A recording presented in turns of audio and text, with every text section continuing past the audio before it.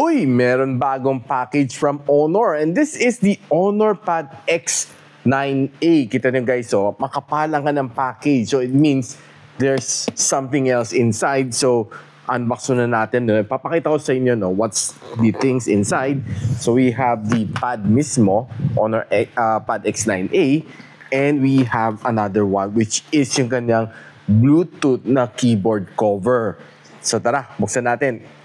So pag binuksan natin tong Honor Pad X9A na smart Bluetooth keyboard, we'll get this one.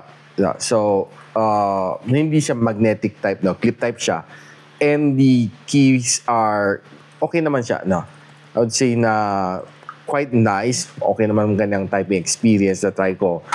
And if you open this one naman, ito kanyang Pad X9A, inside you get a charging cable, you get a charging brick, and you get a manual together with this one, si Honor Pad X9A. So maganda-gandang color I have here is the color gold and more of the color gray. Nakasulat dito sa box gray na, pero parang may pagka-goldish finish siya based dito sa aking mata. And this is yung kanyang camera module. Sa ilalim, Type-C port, dalawang speaker.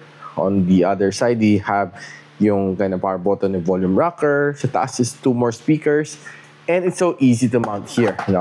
All you need to do is just clip it mo lang dito. Yan. And Bluetooth connection na ang yung keyboard. So, mabilis naman siya gamitin.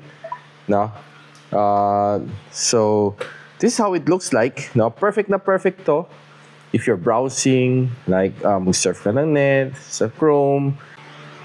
Perfect na perfect to pang browse sa net. So, if you want to check the latest score sa NBA, kung ano nangyari sa playoffs kanina, then you can, for sure, okay siya.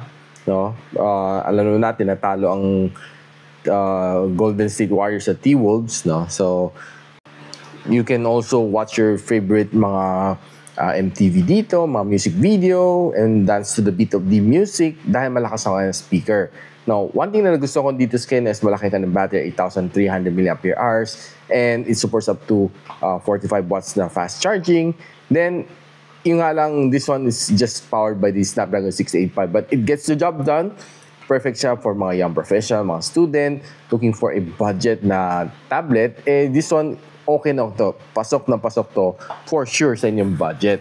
Now, if you're interested to know kung saan pwede mabili to, I'll pop the link on the yellow basket. Just check it out, guys. So, abangan nyo ang full review natin.